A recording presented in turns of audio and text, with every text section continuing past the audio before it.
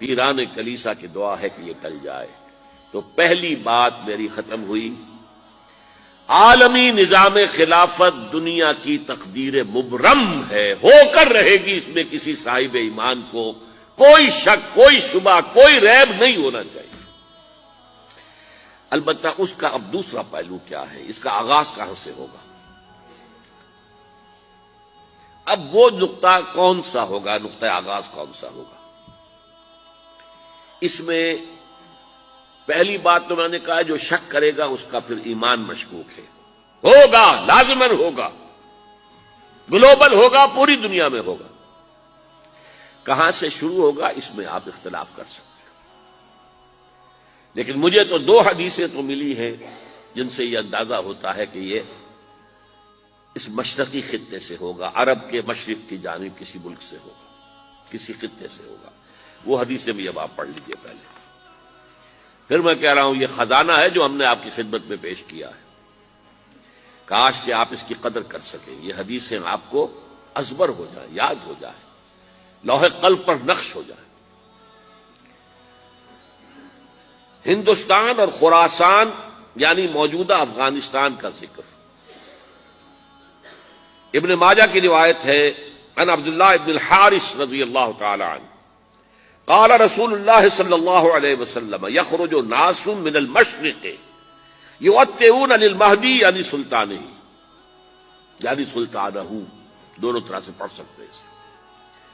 حضرت عبداللہ ابن حارث فرماتے ہیں رضی اللہ تعالی عنہ کہ حضور نے ارشاد فرمایا مشرق کی طرف سے وہ فوجیں نکلیں گی، لوگ آئیں گے جو عرب میں مہدی کی حکومت قائم کریں گے۔ یہ مہدی کون ہوں گے اس کا ذکر میں ذرا بعد میں کروں گا، لیکن نوٹ کر لیجئے کہ مہدی سے پہلے لازماً کسی مشرقی علاقے کے اندر وہ نظام قائم ہو چکے گا، تب وہاں سے فوجیں آئیں گی نا۔ یہ مشرق کون سا ہے؟ عرب کے مشرق میں آپ چلیے، ایران بھی آ جائے گا، افغانستان بھی ہے، پاکستان بھی ہے، اور اگر اسے اور توسیع دیں تو ہندوستان بھی ہے۔ یہ ہے عرب کا مشرق، اس سے فوجیں جائیں گی۔ اس کا کیا مطلب ہے کہ اس میں سے کسی جگہ پر نظام خلافت پہلے قائم ہو جائے گا تاکہ وہاں سے فوجیں جائیں گی جو جزیرہ نما عرب میں حضرت مہدی کی حکومت کو قائم کریں گی۔ اب دوسری حدیث سنیے، یہ سنن ابن ماجہ کی حدیث تھی جو میں نے آپ کو سنائی، آپ نے پڑھی۔ دوسری عن ابی ہریرہ رضی اللہ تعالی عنہ،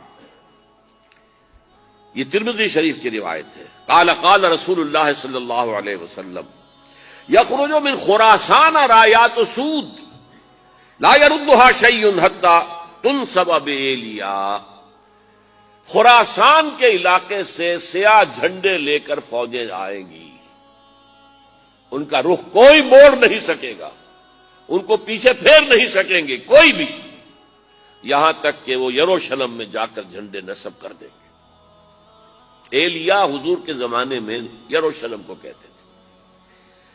یہ یروشلم تھا جب حضرت سلیمان کی حکومت تھی اور یہاں پر معبد سلیمانی، ہیکل سلیمانی قائم ہوا، پھر یہ یروشلم ہی رہا ہے تاریخ میں، یہاں تک کہ سن 70 عیسوی میں جب ٹائٹس رومی جنرل نے اس کو گرایا، ختم کیا، سیکنڈ ٹیمپل گرا دیا، اور یہاں سے یہودیوں کو کہا نکل جاؤ، یہاں سے کوئی یہودی باقی نہیں رہا، بالکل تہو بالا برباد کر دیا۔ اس کے کوئی 150 سال بعد ہیڈریان، رومن ایمپرر ہیڈریان، اس نے پھر دوبارہ آباد کیا اس شہر کو۔ 150 سال تک یہ بالکل بنجر اور بالکل غیر آباد پڑا تھا۔ اب ہیڈریان نے جب آباد کیا تو اس کا نام ایلیا رکھا، اب یروشلم نام نہیں تھا۔ تو حضور کے زمانے میں پھر اس کا نام ایلیا تھا، اور اب اس سے کیا معلوم ہو رہا ہے کہ یہ یروشلم مسلمانوں کے قبضے سے اس وقت نکلا ہوا ہوگا، ایک دفعہ پہلے نکلا تھا، سن 1099 عیسوی میں مسلمانوں کے ہاتھ سے نکلا، کروسیڈرز، عیسائیوں نے آ کر اس کو قبضے میں کیا، لاکھوں مسلمانوں کو مارا، قتل کیا۔ اس کو 1187 عیسوی میں واپس لیا ہے کس نے لیا ہے؟ صلاح الدین ایوبی کرد. عرب کھوکھلے ہو چکے تھے، عربوں نے کھویا، واپس نہیں لے سکے. بہت حکومت کر چکے تھے، 400-500 برس کی حکومت کر کے، اور ان کے عیش اور ان کے آرام، اب ان میں جان نہیں تھی کہ وہ واپس لے سکے. واپس لینے والا گرم کرد خون تھا، صلاح الدین ایوبی. تو گویا کہ اب آپ سمجھئے کہ 88 برس تک عیسائیوں کا قبضہ رہا یروشلم پر. اب 1967 میں یہودیوں نے قبضہ کیا ہے، اور اب 38 برس تو ہو گئے، 88 نہیں تو 38 برس تو ہو گئے. لیکن وہ دور آئے گا کہ اب پھر لیں گے. لینے والے عرب بھی نہیں ہوں گے، خراسان کے علاقے سے فوجیں آئیں گی. یہ خراسان کیا تھا؟ ایلیا تو میں نے آپ کو بتا دیا، یروشلم کا نام ہے. خراسان اس زمانے میں ایک بہت بڑے ملک کو کہتے تھے. کچھ حصہ پاکستان کا بھی اس میں شامل ہے، کچھ حصہ ایران کا بھی ہے. ایران کے اس حصے کو اب بھی خراسان کہتے ہیں، وہ ایک صوبہ ہے. خراسان ایک صوبہ ہے ایران کا، چھوٹا سا. پاکستان میں خاص طور پر یہ جو علاقہ مالاکنڈ ایجنسی کہلاتی ہے، اس سے اوپر جتنا علاقہ ہے، اور یہ جو واخان کی ایک پٹی آتی ہے اوپر، واخان افغانستان کی ایک پٹی سی دم سی چلی آتی ہے جو جا کر چائنا کی سرحد سے مل جاتی ہے. یہاں سے لے کے یہاں تک یہ جو مالاکنڈ کا وہ درہ ہے اور پہاڑ ہے، یہ بھی خراسان کا حصہ ہے. باقی تقریباً 2/3 آف افغانستان ساؤدرن حصہ نہیں ہے خراسان کا حصہ، یہ سیستان کہلاتا تھا، یہ خراسان نہیں ہے.